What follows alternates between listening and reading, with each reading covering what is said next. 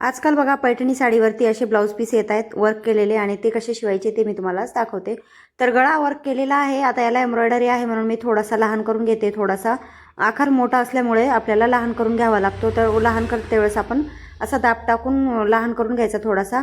त्यानंतर काय करायचं, त्याचा मध्य काढून घ्यायचा आणि पूर्ण एक साइड जोडून घ्यायचा। आता हे जोडल्यानंतर आतली बाजू जोडायची आहे आपल्याला।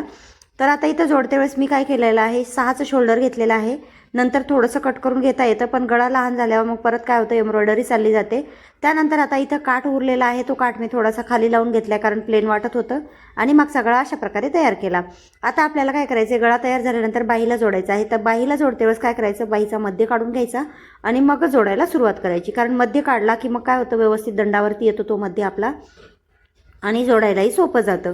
आता इथं पूर्ण बाही जोडल्यानंतर दोन्ही भाग आपण एम्ब्रॉयडरीचे अशा प्रकारे जोडलेले आहेत आणि उरलेला भाग आता आपल्याला कट करून घ्यायचा आहे। आता कट करून घेतला आणि अशी बाही तयार झाली। आवडली का? नक्की लाईक करा।